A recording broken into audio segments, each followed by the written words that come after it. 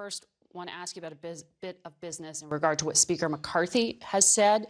He's directing Congress to investigate, he tweeted, whether federal funds are being used by the state of New York, where a grand jury may soon indict the 45th president. Why is he issuing this threat? And isn't this kind of congressional investigation just using federal funds from U.S. taxpayers on a political errand? I think the viable question for the American people is whether or not you have a progressive prosecutor using the justice system to go after political enemies for a political splash. And that seems to be the case here with the Manhattan DA. But you're trying now to focus on things of substance that are at crisis level in the banking sector. Should one of the too big to fail banks, the large, systemically important banks, be able to step in here and buy up a troubled bank like First Republic?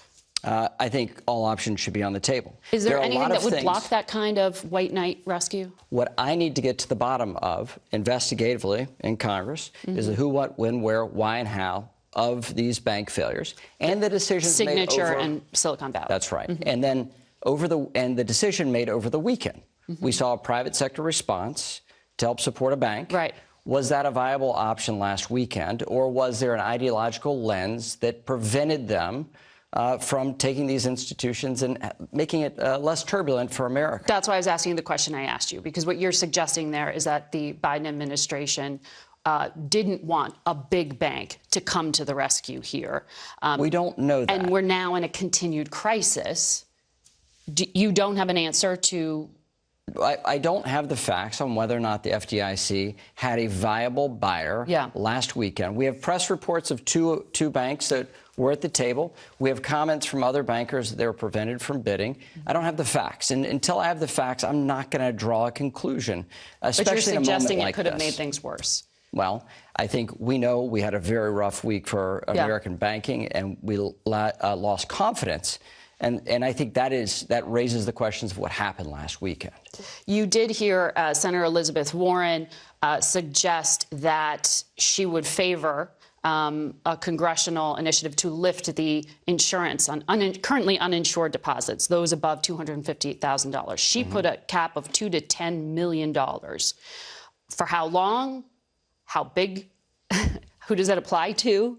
How would you craft that? Do you see a chance to work here? Well, it's the first time I've heard a proposal like that.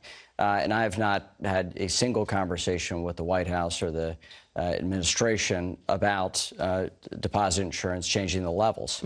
What I will do, though, legislatively and in an oversight function is determine whether or not we need to address the FDIC deposit level. We did it after the last financial crisis, raising from $100,000 to $250,000. You're calling in the head of the FDIC and the vice chair for supervision for the Fed's Board of Governors. What is your intent?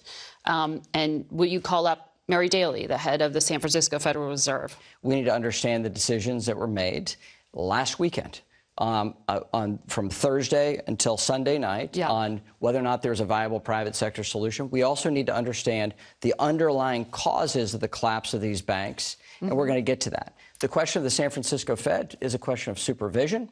We need to get to the bottom of whether or not this is a supervisory problem, a regulatory problem, a bank mismanagement problem, perhaps all three. In all frankness. I want to ask you about